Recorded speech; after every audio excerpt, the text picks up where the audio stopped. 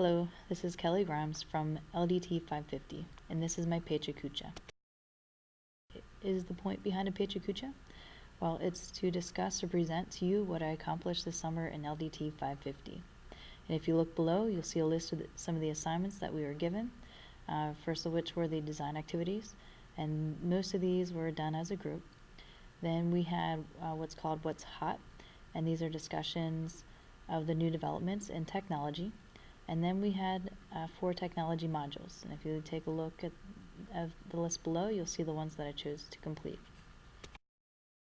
For the design activities, we had about 6 of them. The first one was Design Thinking in Action, and basically what we did was create a gift based on a list of different questions that we asked our group mates. Then we had the second one, which was Apps for Education. We created We Believe and how-to statements as a group, and then picked the most interesting ones to use as inspiration in the creation of an app that would solve the problems we addressed. The third one was Grading Student Work. We created software that would support a common educational problem, which dealt with progress monitoring to track the reading performance of students. And then this was used to help determine if reading fluency was improving.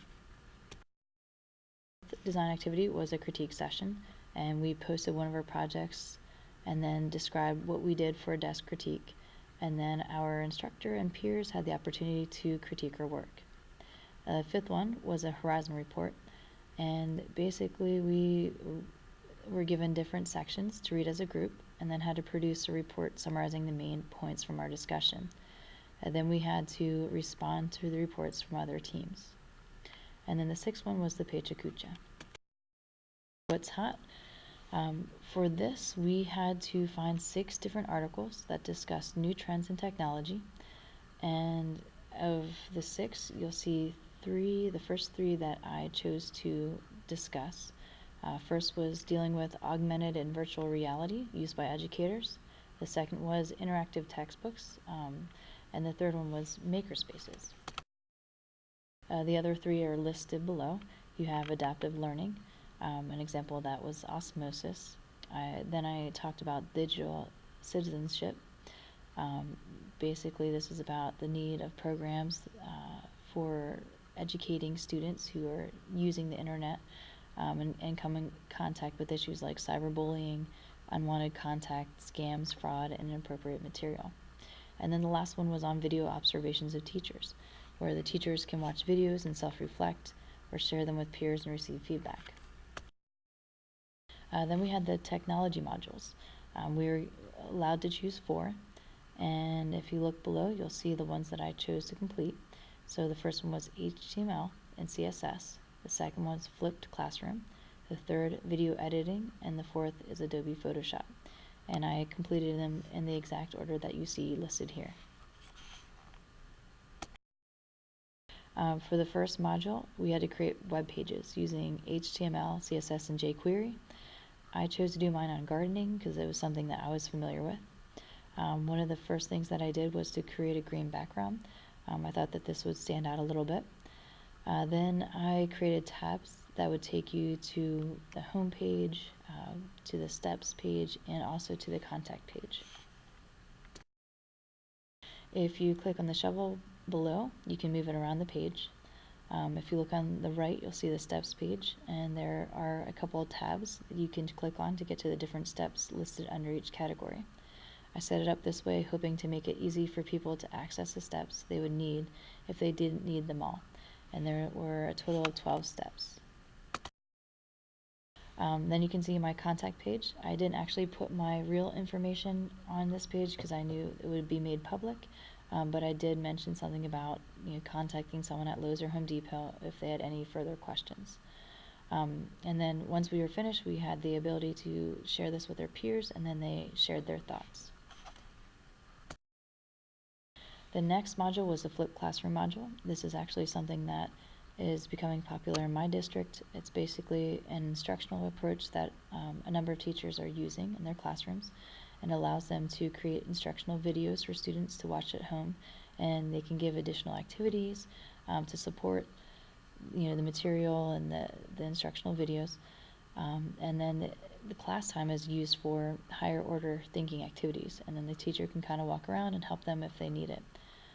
With this module, we had to create a few videos along with a screen capture movie, and we use EduCreation as the app for this assignment. I chose to create videos on how to make different comparisons of inequality in Spanish. I had explanations and examples of each type. I did use EduCreation. I wasn't a big fan of it.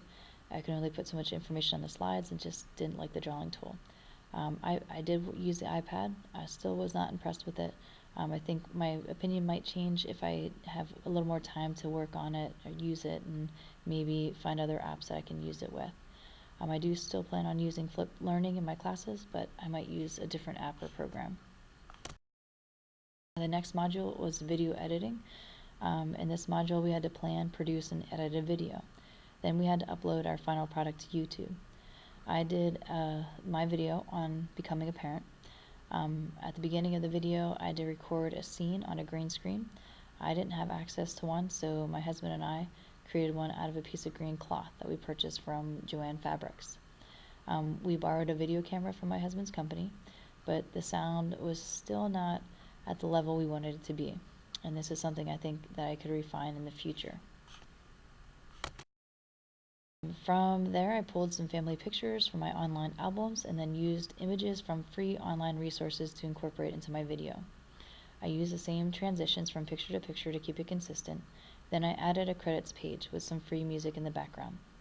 If you haven't had a chance to look at the video, I put the link here for you to use. This is something that I learned a lot from and enjoyed doing it, and I plan to actually create more videos in the future. The next module was the Photoshop module. In this module, we learned about Adobe Photoshop. We explored basic design principles. We completed a Bauhaus Kandinsky design exercise. We created and placed a photo collage on our webpage, and then we created a logo or a banner.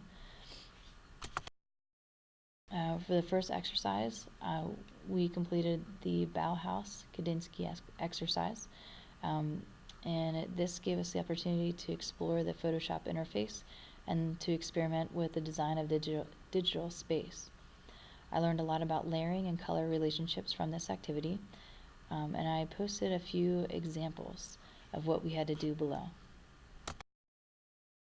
The next exercise was to create a picture collage. In order to complete this exercise, we had to use either Adobe Bridge or Lightroom in conjunction with Photoshop. After a little research, I decided to use Adobe Lightroom. I was able to label and rate the photos in Adobe Lightroom before transitioning them over to Photoshop to edit them. For this collage, I chose to use family beach photos and tried to place them in the shape of a dolphin to go along with the beach theme. Here's what it looks like. I had to use layering in order to get the pictures exactly where I wanted them. I also had to change the sizing and location in order to create the dolphin. This is something I actually enjoyed creating. I was able to look back at some memories from the past and then share them with my children, so this was fun for me. The last exercise was the family logo or banner. I chose to create a family logo. This was something that I could do with my children, and they had fun being a part of creating it. I used layering with this activity and had a chance to work with some other Photoshop tools as well. I used the same pictures from the collage in my logo, and I placed it on the next slide so you can kind of get a better view of it. This is my family logo. I like it, but I'm a little biased.